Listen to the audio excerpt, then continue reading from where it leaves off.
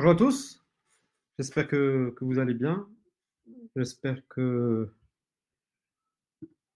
vous êtes en bonne santé, que tout va bien avec ce confinement et que vous arrivez à avoir la pêche avec ce mois de Ramadan.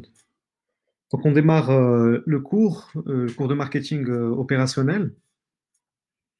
Donc cours de marketing opérationnel, je vais revenir toujours sur le plan. On se situe au niveau de la politique produit. Donc c'est un chapitre qui est assez lent dans ce cours de marketing opérationnel. Et aujourd'hui, on va s'intéresser à une section en relation avec les produits numériques ou bien les produits digitaux. Quand on s'intéresse à ce marketing opérationnel, en tout cas moi qui ai eu le- la chance d'avoir un enseignement avant exposant du digital et après, on peut connaître aujourd'hui l'importance de la considération de la technologie sur la gestion de produits, la gestion de marques. Dans la pub, bien évidemment, c'est encore plus, je dirais, c'est encore plus, l'étude de l'impact digital sur la pub est encore plus profonde. Maintenant, sur la partie gestion de produits, gestion de marques ou de produits, il y a pas mal de choses qui ont changé et que la technologie surtout a ramené. Beaucoup d'innovations aussi, beaucoup de manières d'aborder cette problématique de la création de valeur en marketing. Donc, la technologie ne ramène pas uniquement des moyens pour interagir différemment avec le consommateur. La technologie, le digital, le numérique ramène carrément des offres nouvelles sur le marché, vous donne la possibilité de créer de nouvelles offres avec comme base votre produit. Donc le produit, ce qu'on va voir, c'est les produits numériques. Donc toute la séance va être consacrée, Inch'Allah, à cette problématique des produits numériques. Je vérifie juste si tout va bien, si le son est bon et je démarre le cours. Si c'est possible d'avoir des retours, ça serait juste top. Donc,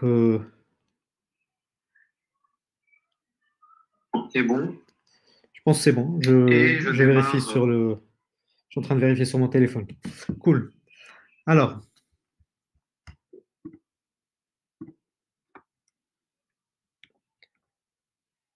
donc je tiens à rappeler, toujours comme je fais pour toutes les séances, donc le cours c'est le marketing opérationnel. Ce qu'on va voir, c'est la politique de produit, plus précisément les produits numériques aujourd'hui.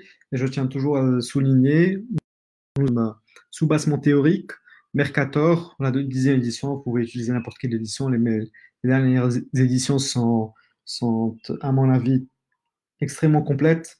Et c'est un ouvrage que je conseille vivement à tous les étudiants que j'ai la chance d'avoir dans mes différents cours. Donc, je conseille vivement ce cours en tout cas, ce support qui est Mercator. Donc, ce qu'on a vu jusqu'à présent, c'est ce que c'est qu'un produit. On se situe dans la politique de produit. Euh, on a vu ce que c'était un produit, le concept du produit. On a eu une section sur le design, le packaging, une section sur les services associés. Et puis aujourd'hui, ce qu'on va voir, c'est les produits numériques. Il nous restera 3 sections pour compléter ce chapitre politique de produit. Et on passera, Inch'Allah, à la suite. Donc, produit numérique, qu'est-ce qu'on veut dire par produit numérique? Donc, qu'est-ce qu'un produit numérique?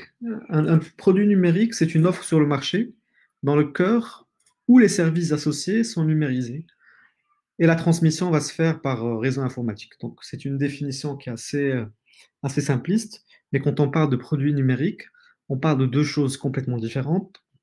Comme on l'a vu dans les dernières séances, alors je vais faire un petit rappel de cours. Un produit est subdivisé en deux sous-produits, un produit de base et des expériences ou des services associés. Donc, quand on parle, par exemple, j'ai donné l'exemple de l'industrie automobile. Donc, la voiture est le produit, le cœur, le produit cœur, si vous voulez, qu'on veut vendre. Et toute la partie interaction avec le service après-vente, par exemple, avec le service facturation, avec le service euh, clientèle, toutes ces interactions-là constituent ce qu'on appelle des services associés. Donc, un produit numérique, n'échappe pas à cette règle de base. Donc, on peut considérer ce produit numérique comme étant soit un produit cœur de produit, soit comme étant un service associé. Donc, une offre sur le marché dans le cœur où les services associés sont numérisés. On a la chance aujourd'hui d'étudier un cours qui va parler à pas mal de monde. En tout cas, je pense qu'il va parler à une tranche d'âge de jeunes ou en tout cas à tout le monde. Donc, on vit aujourd'hui avec beaucoup d'interactions avec des produits numérisés ou une transmission euh, pour services associés numérisés. Et on a peut-être la chance de vivre une époque assez incroyable, une époque Covid-19 qui digitalise de manière assez surprenante pas mal de business, que ce soit sur les cœurs de produits ou sur les produits associés. Et donc, on va parler vraiment je dirais, d'un chapitre ou d'une section qui est dans une époque qui dû être complètement favorable. Donc, les produits numériques, soit dans leur dimension cœur de produit, mais surtout dans la dimension services associés, pour moi, vont aider énormément d'entreprises marocaines. Je vais parler du contexte local, vont aider énormément d'entreprises marocaines pour faire face aux situations problématiques auxquelles elles feraient face à cause ou grâce au Covid-19. Donc, pensez par exemple à Netflix, donc un produit dans le cœur du produit est numérique et digital à 100%, mais pensez aussi à pas mal d'autres services qui peuvent l'être. Donc, en introduction, on parlera par exemple d'un secteur qui a été toujours assez physique, qui est le secteur de la banque. Il faut noter qu'aujourd'hui, je vais vous avancer une statistique, mais qui n'est pas forcément accurate à 100%. L'une des banques leaders sur le marché marocain affiche quelques 70% de transactions, tout type de transactions confondues, sur des plateformes numériques. Donc, transactions ou opérations. Je parlerai plutôt en utilisant le terme opération. Donc, 70% des opérations que cette banque fait sont faites aujourd'hui de manière numérique, donc en ligne. Consultation consultation de solde, édition d'un RIB, transfert d'argent, virement, mise à disposition. Voilà les services qu'on faisait, en tout cas que moi j'ai vécu et une grande génération a vécu en 100% physique, qui passe aujourd'hui à 70% en numérique. Et ça vous donne aussi l'impact et surtout la grandeur que ces technologies digitales ramènent même à un marché marocain qu'on a beau le dire, qu'on a beau le dire un marché qu'on a beau qu'on lui a beau coller une image de marché embryonnaire, de petit marché pour des offres digitales. Voilà aujourd'hui une image qui vous dit que les choses changent de manière extrêmement rapide. Donc voilà ce que c'est qu'un un produit numérique aujourd'hui pour ce qui est de la définition. Donc les produits peuvent être de deux catégories, comme on l'a dit. Donc d'abord les produits d'information numérique.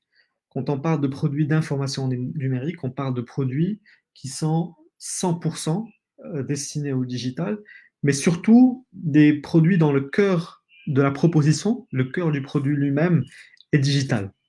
Pensez par exemple à Netflix que je viens de citer. Pensez aussi à Spotify. Spotify qui commence à cartonner même dans des pays, je dirais, en voie de développement, des pays comme le Maroc. Vous avez pas mal d'utilisateurs Spotify, même pour la version payante. Pensez à un service qui explose sur les dernières années, qui est le Facebook.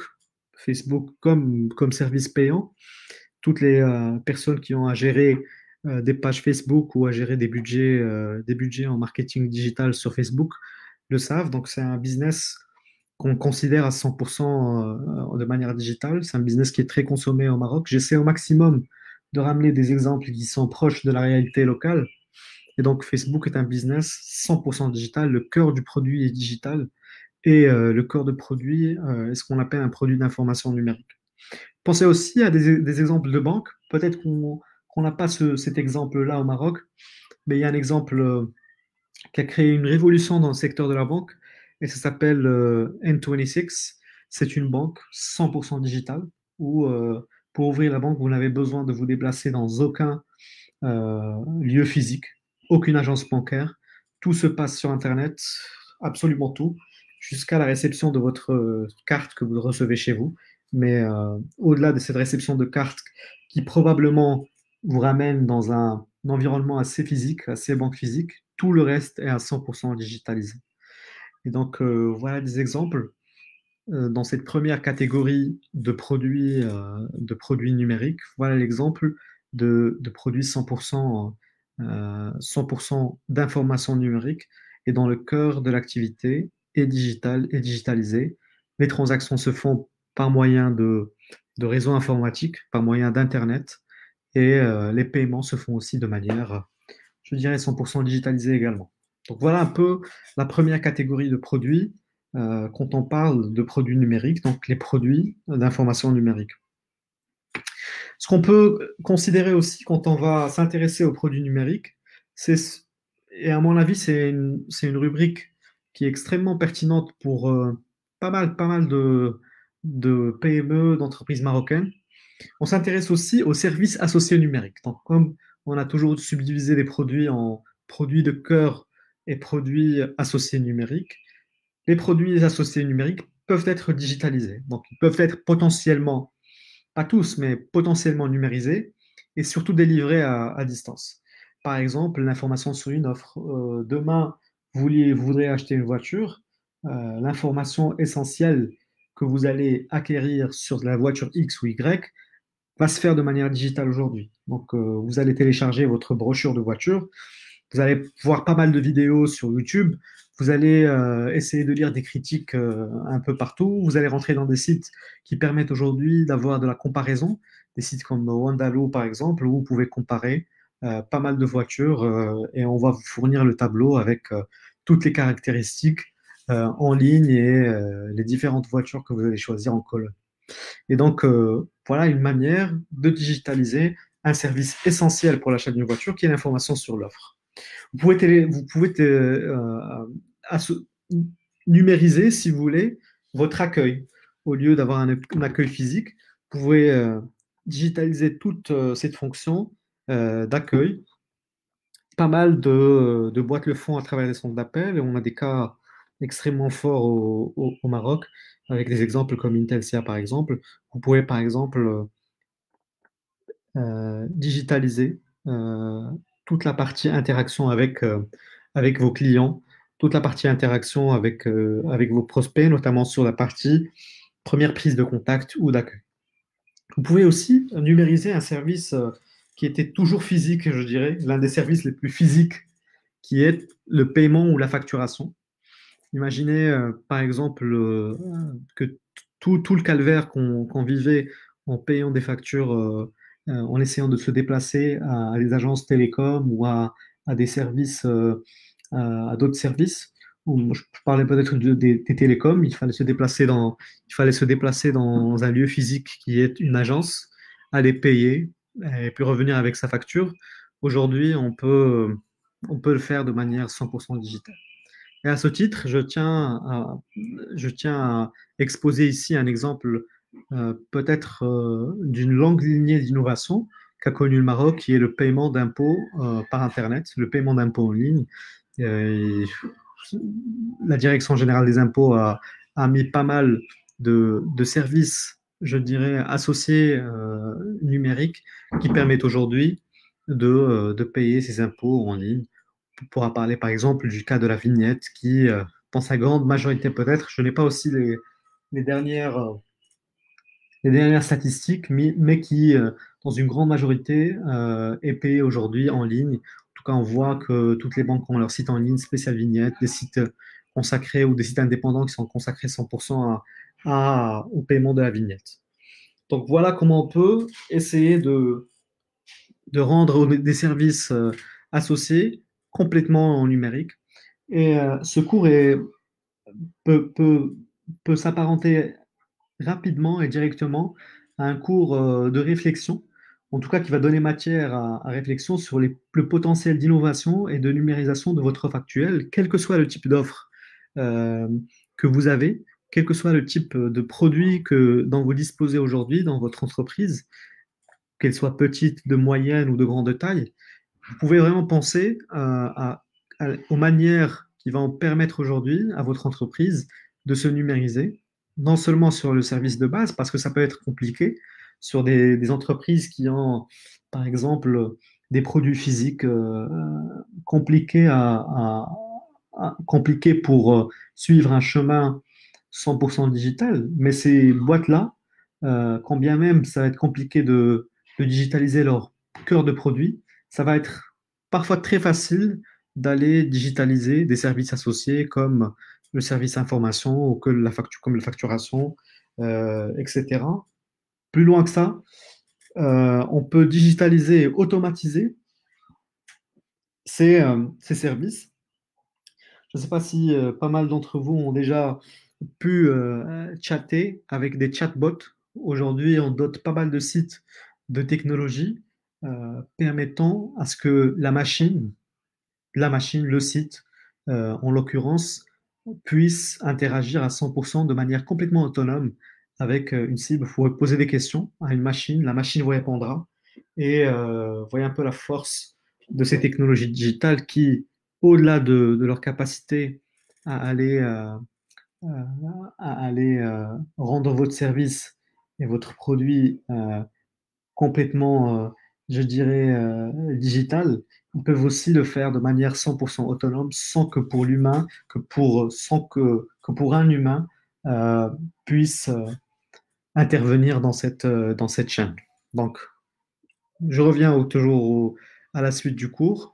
Deux produits numériques, les produits d'information numérique, les produits de base, et puis les services associés numériques qui sont les services qu'on a vus dans le dernier cours, qui entourent l'offre principale du produit.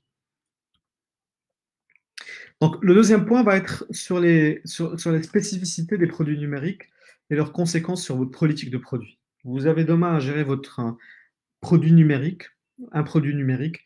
Vous devez connaître ces trois spécificités et puis surtout, quelles sont les conséquences sur votre gestion de produit. Vous êtes habitué à gérer un produit physique. Si demain vous arrivez à gérer un produit numérique, quelles sont ces spécificités auxquelles il faudra vraiment faire attention? Alors, la première spécificité, c'est que ces produits numériques ne sont pas détruits quand ils sont consommés, à l'instar des produits, ou plutôt à l'opposé des produits, euh, des produits physiques. Ces produits physiques vont permettre une destruction quand on va les consommer. Je suis dans l'univers du food, je vais acheter un produit physique, food. Ben, quand je vais acheter ce produit-là, euh, je vais le consommer, il va disparaître. Sur le cas produit numérique, ça va être une logique complètement différente parce que les produits ne vont pas être détruits. Pensez par exemple à des produits Netflix, pensez à une série sur Netflix ou à un reportage sur Netflix, le dernier The Last Dance de Michael Jordan par exemple. Si Netflix dispose de ce produit ou de sous-produit, et elle dispose d'un seul produit, d'une seule vidéo qui est hébergée. Je ne vais pas me prononcer sur les détails de la technologie, mais je vais faire vraiment simple. On disposera d'un seul produit, ce documentaire en l'occurrence, The Last Dance de Michael Jordan. Et ce produit, le même produit, peut être vu à l'infini. C'est un produit qui n'est pas détruit dès lors que je le consomme. Moi, en tant que consommateur Netflix, quand je vais voir ce reportage, il ne va pas être détruit. Je vais encore en disposer. Donc voilà quelque chose de super intéressant, euh, économiquement parlant, par rapport à une offre de produits physiques qui doit être complètement renouvelée, tout le temps renouvelée, continuellement renouvelée. Pensez aussi à Spotify, quand je vais essayer de lire un album de mon artiste préféré sur Spotify, je vais consommer ce service-là, mais je ne vais pas le détruire. Il ne va pas être détruit. Donc, encore une fois, économiquement, ces types de produits peuvent être extrêmement rentables pour la simple et bonne raison, c'est qu'il n'y a pas de destruction. Donc, voilà une dimension super intéressante à laquelle il faut s'intéresser quand on va gérer des produits numériques. Le deuxième point, et peut-être même que c'est un point que je viens d'évoquer, c'est que ces produits numériques peuvent être dupliqués à l'infini. Passons à une autre industrie, qui est l'industrie du livre, qui a été aussi chamboulée, je dirais, avec l'arrivée des nouvelles technologies et des technologies digitales. On est sur un site, par exemple, qui est la Fnac. On peut acheter des e-pubs, des e-books, pardon, sur la Fnac. Et ces e-books-là peuvent être vendus à l'infini. Vous disposez d'un livre numérique sur un site, sur votre propre site. Vous décidez par exemple d'avoir votre propre site web, d'écrire votre propre livre et de mettre votre livre en téléchargement. Votre capacité ou la capacité de téléchargement de ce livre, techniquement, elle peut être infinie. On peut télécharger ce livre tant de fois qu'on le veut. On peut vendre des millions de copies de ce livre sans aucun problème parce que la technologie numérique le permet. Donc voilà aussi une dimension qui est assez intéressante. Si vous avez votre premier produit, vous n'avez probablement pas besoin de produire, vous n'avez pas besoin d'usine. À l'opposé, si on arrivait à calquer, si vous voulez, cette même logique sur un univers physique, ben, pour avoir 1 million de produits, vous devez avoir la bonne capacité de production. Mais non seulement la capacité de production, vous devez également avoir la capacité de stocker ce produit-là. Et voilà des complexités qui sont de l'ordre euh, non seulement physique, technique, mais aussi financier. Alors que dans le cas des produits numériques, vous pouvez vendre autant de livres que vous voulez. Du moment qu'il y a assez de demandes, vous pouvez le faire. Vous voyez, par exemple, sur Netflix, on voit que pas mal d'articles qui circulent ces derniers temps, en tout cas qui circulent en temps de Covid, on voit que je pense, chiffre d'affaires a augmenté de 30 ou 40%. Je ne sais pas quel est l'impact que ça a eu sur leur serveur, mais bon, je pense que les investissements qu'ils devraient avoir avec cette augmentation sont infinitésimaux par rapport aux investissements qu'a dû entreprendre Netflix pour faire face à cette nouvelle donne extrêmement positive pour eux. 3, euh, ce qu'il faut faire, c'est comprendre au maximum, en profondeur, et évaluer les enjeux de la numérisation euh, de l'offre. Cette offre-là, le troisième point, c'est un point qui est extrêmement critique euh, parce que quand on va digitaliser une offre, que ce soit le cœur de l'offre ou les services associés, il faut surtout comprendre quels sont les enjeux. Et les enjeux peuvent être vraiment multiples. Les enjeux, pour le faire de manière assez simple, les enjeux peuvent donner lieu à une diversification de l'offre, à une innovation radicale, à un changement complet d'offre. Et donc, la technologie, même quand vous pensez à digitaliser uniquement vos services associés, les services qui entourent votre service principal, les technologies peuvent vous permettre de créer quelque chose de complètement nouveau. J'ai mis ici l'exemple de Airbnb, pas forcément le meilleur exemple, mais c'est juste un exemple pour vous dire, voilà comment on peut innover dans une industrie qui est une industrie extrêmement physique, encore une fois, l'industrie du tourisme, comment on peut innover pour pouvoir créer quelque chose, créer une offre qui dépasse peut-être de loin la plus grande offre physique qui existe sur la Terre. Donc, quand on va créer une offre digitale, il faut pas uniquement se fixer comme objectif de créer techniquement cette offre, mais il faut d'abord essayer de comprendre au maximum quels sont les enjeux qui s'offrent à vous, qui s'ouvrent à vous quand vous allez penser à digitaliser votre offre, cœur de produit ou service associé. Donc, la première chose, c'est d'essayer de distinguer la numérisation du cœur de l'offre de celle des produits associés. Donc, peut-être que j'ai expliqué ça dans mon introduction. Donc, deux types de produits ou deux types de situations peuvent s'offrir à vous. Des produits dans le cœur de l'offre peut être numérisés et les services associés numériques. Donc, tout le cours tourne autour de ces deux notions.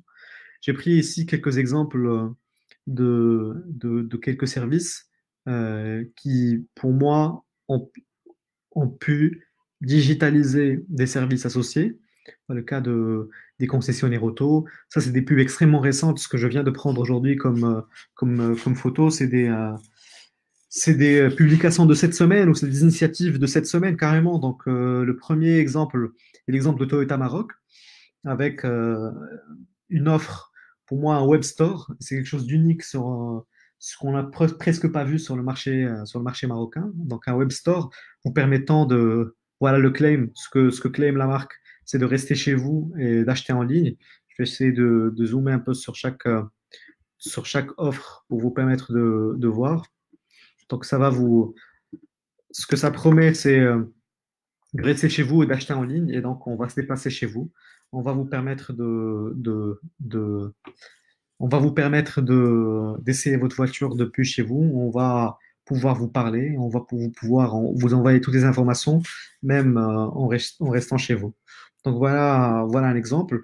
Un autre exemple sur des initiatives assez intéressantes de distributeurs pour distribuer des produits avec des plateformes, je dirais, e-commerce ou des plateformes de vitrine de produits. Là, on a l'exemple de Rfa.ma qui va vous permettre d'acheter des produits, de commander en ligne ou par WhatsApp. Donc, digitalisation de toute cette prestation de commande. Et puis, de vous livrer en restant à 100% chez vous. Et puis, la dernière initiative dont je vais vous parler, c'est une initiative de Koutoubia, du groupe Koutoubia. Et donc, de la même façon, peut-être même qu'on peut zoomer sur le site. Donc, ça va vous permettre de commander en ligne ou par téléphone. Donc, vous pouvez passer votre commande à 100% en ligne. Donc, c'est quelque chose aussi d'assez nouveau, d'assez sympa parce on a rarement assisté à des services de livraison d'un produit, de produits physiques, de produits très physiques, d'un produit comme le poulet, par exemple, qui est un produit qu'on a acheté de manière traditionnelle peut-être toute notre vie et donc qu'on peut acheter aujourd'hui à travers ces types de sites e-commerce sur pas mal de villes au Maroc. Donc on peut acheter, les entreprises ont voulu simplifier la relation client, puis simplifier l'offre pour éviter vraiment de la complexité, ce que je trouve assez intéressant au lieu d'avoir des sites extrêmement compliqués avec des line-up de produits qui sont très vagues et très riches. On a créé des packs et vous pouvez donc acheter votre pack, la rajouter, ajouter à votre panier et puis essayer de commander. Donc en passant la commande ici, vous avez digitalisé de manière assez simple, assez rapide, toute votre offre de produits. Pas dans son cœur de produit, parce que le cœur de produit ici, c'est de, la production de viande, mais on a digitalisé un service associé qui est quand même assez pesant dans ce type de parcours client, qui est la commande du produit. Traditionnellement, la commande du produit, euh, ça va se faire soit au niveau un multi-age où on va aller acheter un produit de manière assez classique, soit dans les grandes surfaces où on va avoir le temps de voir le produit, de le peser, de, de, de, de- de le voir sous différentes dimensions, d'analyser sa fraîcheur, etc. Là, on le fait de manière 100% digitale. Et donc, moi, je salue ce type d'initiatives qui ont vu le jour de manière très, très rapide au Maroc. Et je tiens à dire vraiment que les entreprises marocaines sont agiles quand elles le veulent et que ça permet vraiment de créer de la valeur sur le marché. Et donc, il faut s'inspirer de cette agilité que dans les entreprises ont fait figure pendant cette période Covid pour pouvoir la maintenir, je dirais, tout au long de l'année. Une agilité qui créera énormément de valeur pour ces entreprises. Donc, distinguer ce dont je parlais tout à l'heure, distinguer l'impact de la numérisation sur les offres existantes et leur potentiel de création de nouvelles valeurs. Une numérisation, quand vous allez décider de numériser soit le cœur de l'offre, soit les services associés, peut complètement donner vie à une nouvelle offre sur le marché. Et c'est ce qu'on appelle une innovation radicale. Donc, il y a pas mal d'exemples à ce sujet. Moi, j'adore le cas Airbnb, qui n'est pas forcément, comme je disais tout à l'heure, un cas direct par rapport à cette problématique-là, par rapport à ce point B, mais essayez d'imaginer un peu si vous étiez une entreprise de de booking classique et que qu'un jour vous décidez de numériser votre offre, au lieu que si vous êtes un hôtel et que au lieu de permettre vos, euh, à vos clients de passer commande par téléphone, ce qu'on faisait dans les années 90. Si vous passez à une digitalisation qui permet de rentrer sur un site et de choisir les chambres, de voir les chambres, de poser toutes les questions, etc., ça fait un service associé. Mais ce service associé peut devenir un service lui-même. Vous, en tant qu'hôtel, vous pouvez par exemple louer ce service à d'autres hôtels et ça va faire un service de base. Donc voilà un peu comment un service associé peut devenir un service de base. Donc le dernier point par rapport à cette compréhension ou cette évaluation des enjeux de la numérisation de l'offre, le dernier point va être une analyse des quatre dimensions de la politique numérique. Donc, toute politique numérique, quand on parle de politique numérique, on parle de politique de gestion de produits numériques. Toute politique de gestion de ce produit numérique va être analysée sous quatre dimensions. Ces quatre dimensions, vous pouvez les analyser facilement. Je vous invite vraiment à le faire pour votre business si vous êtes déjà si vous gérez déjà actuellement des produits ou si vous êtes étudiant d'imaginer des scénarios. Vous pouvez l'analyser avec quatre facteurs si vous voulez. D'abord, une analyse de votre situation actuelle, de votre offre actuelle, et puis une projection, si vous voulez, sur l'offre nouvelle que vous comptez créer. Ça peut être aussi fait, votre analyse peut être faite par euh, facteur, si vous voulez, cœur de produit ou service associé.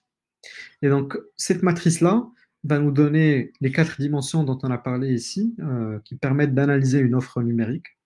Donc, si vous êtes dans le cas d'une offre nouvelle avec un cœur de produit, là, ce que vous faites, c'est votre innovation permettra un potentiel de substitution. Vous avez un produit A, vous décidez que de changer le cœur de ce produit, ben, ça va être carrément un nouveau produit et ça va donner lieu à un potentiel de substitution. Par contre, si vous êtes toujours dans cette offre actuelle, pardon, et que cette fois, vous décidez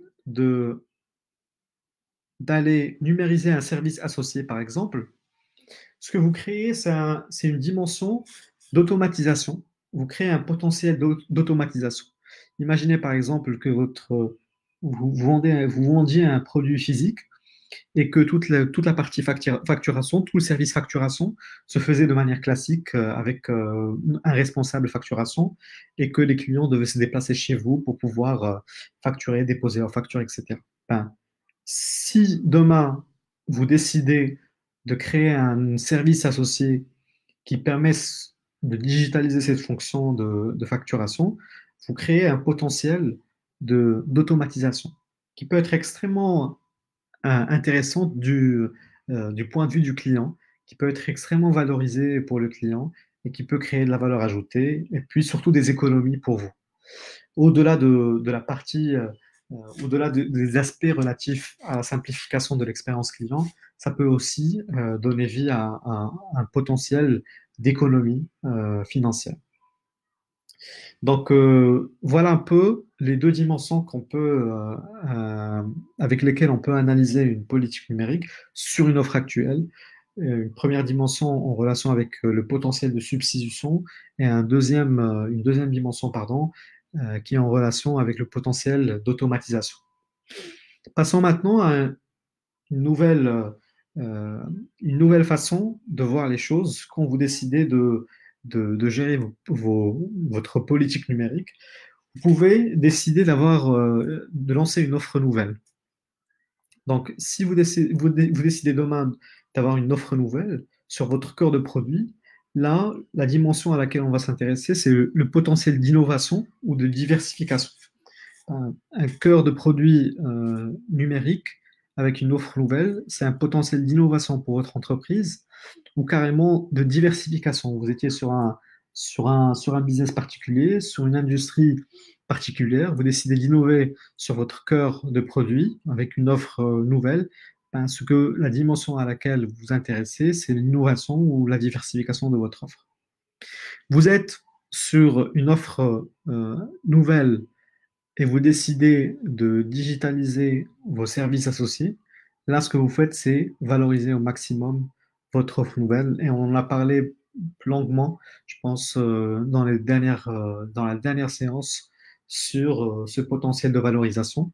C'est un potentiel qui va vous permettre non seulement d'avoir de la nouveauté, d'innover sur cette partie-là, mais ça va vous permettre surtout de vous différencier de manière très positive aux yeux de vos clients. Et qui dit différenciation versus les concurrents dit plus de chances d'être acheté, d'être adopté par les clients. Donc voilà un peu les quatre dimensions. Je vous invite vraiment à essayer au maximum d'aller sur le livre, sur ces parties-là, parce que on s'intéresse de manière plus approfondie à ces quatre dimensions. Voilà, donc je vous remercie vivement pour votre attention. Je vais essayer de voir si on a de l'interaction, s'il y a des questions, s'il y a des questions ou de l'interaction. Alors, visible, oui, merci. Marketing opérationnel, oui. Ça, merci pour cette. Avec grand plaisir. Si Ahmed, avec grand plaisir. On peut trouver les chapitres précédents. Les chapitres précédents, on les trouve sur la chaîne YouTube, mais également sur la page. Donc, c'est les mêmes vidéos. C'est exactement la même vidéo que j'ai animée aujourd'hui. L'image n'est pas claire, merci. Désolé. Il y a 16 minutes. Désolé, je vais essayer d'avoir des images plus nettes la prochaine fois. Dans le cas des livres d'édition papier, est plus rentable que la version numérique, car cette dernière peut être dupliquée et partagée facilement. Ça peut être dupliqué et partagé facilement de manière illégale, mais dans sa légalité, il y a presque zéro coût sur les livres numériques.